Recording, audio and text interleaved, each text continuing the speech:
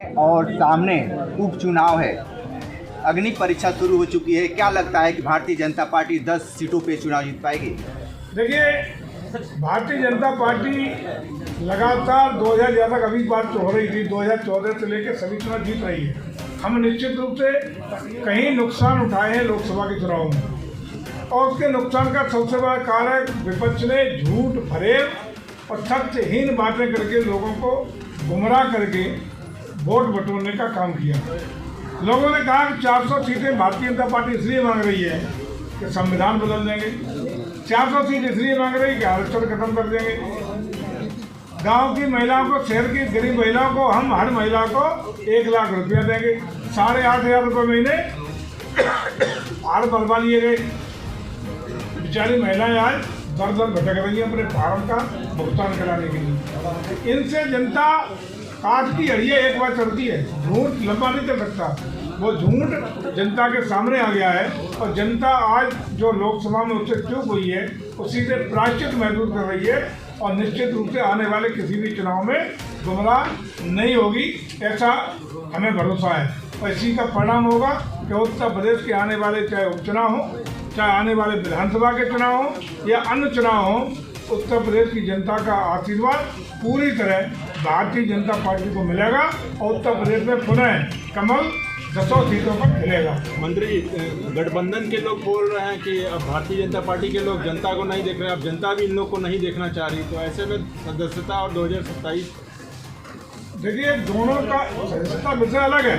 हमारी पार्टी का internal democratic ढांचा खड़ा करने का हम काम कर रहे हैं, लेकिन इसके साथ ये भी हम कर रहे हैं कि जो भी हमारे पदाधिकारी, जो भी नेता हमारे चाहे शीर्ष स्तर हो चाहे कार्यकर्ता हो, गांव में जनता के बीच में जा रहा है, अपने नीतियों कार्यक्रमों को उसके दरवाजे तक, उसके घर तक पहुंचा करके अपनी बात भी रख रहा है और जनता की सुन रहा है। हम जनता के हैं, जनता के बीच के हैं और जनता के बीच में रहते हैं। भारतीय जनता पार्टी के लिए हवा हवाई नहीं रहती, जन सेवा में पूरी तरह ताल।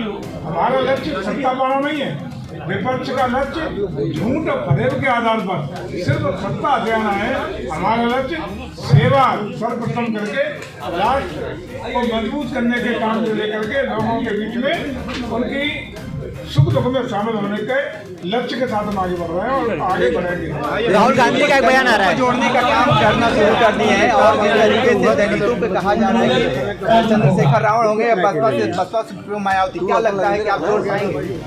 देखिए, हमारा जातीयता के बीच में, जात, धर्म, पंथ, मजहब, इसके बीच में नहीं कोई मामला रहता है। हमारे भारत में रहने वाला हर व्यक्ति जो भी भारतीय है, जो भारत के संविधान में, भारत की राष्ट्रीयता में भारत माता से प्रेम रखता है, वो हमारा परिवार है। और वसुदेव कुटुंबकम की भावना के साथ पूरी दुनिया को विश्व का एक परिवार मानते हुए धारणा के साथ भारतीय जनता पार्टी लगातार आगे बढ़ रही है और हम इनमें विश्वास नहीं करते। हर वर्ग, धर्म, जात के लोगों का समर्थन, सहयोग और आशीर्वाद हमें मिलना है।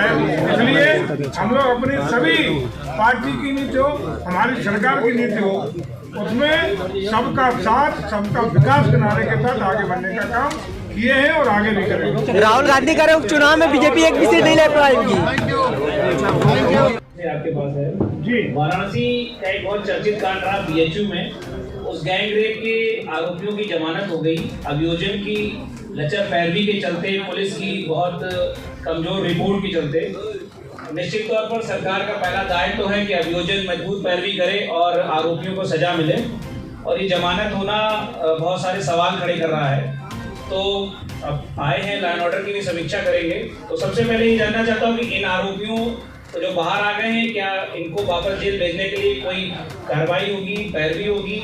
और इस पूरे मामले में जिन लोगों की संदिग्धता है, चाहे वो पार्टी से जुड़े हों या फिर प्रशासन या पुलिस से, क्या उन पर भी कोई कार्रवाई होगी?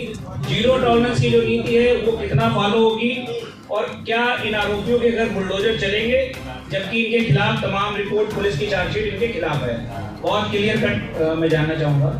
देखिए, जैसा कि पूरा प्रदेश और देश जानता है, बल्कि दुनिया तक ये मैसेज है कि उत्तर प्रदेश की सरकार जब से आदरणीय मोदी जी के नेतृत्व में 2017 से बनी है, तब से लगातार लॉ एंड ऑर्डर के विषय में जीरो टॉलरेंस की नीति अख्तियार करती है। किसी भी दशा में कोई भी अपराध हो, किसी जात वर्ग भेद के खिलाफ हो, बिना किसी भेदभाव के हम निष्पक्षता के साथ पूरी कटिबद्ध होकर के कानूनी कार्रवाई उस शख्स के खिलाफ करते हैं जो अपराध का दोषी है। निश्चित रूप से हम अपना काम किए हैं, अपना काम आगे भी करेंगे। जहाँ तक जमानत का मामला है, कि आप भी जानते हैं कि यहाँ अलग अलग भारत के लोकतंत्र के 4 खंभे हैं, जिसमें न्यायिक प्रक्रिया अपना स्थान रखती है और न्यायिक प्रक्रिया में किसी प्रकार का कोई भी प्रशासनिक या राजनीतिक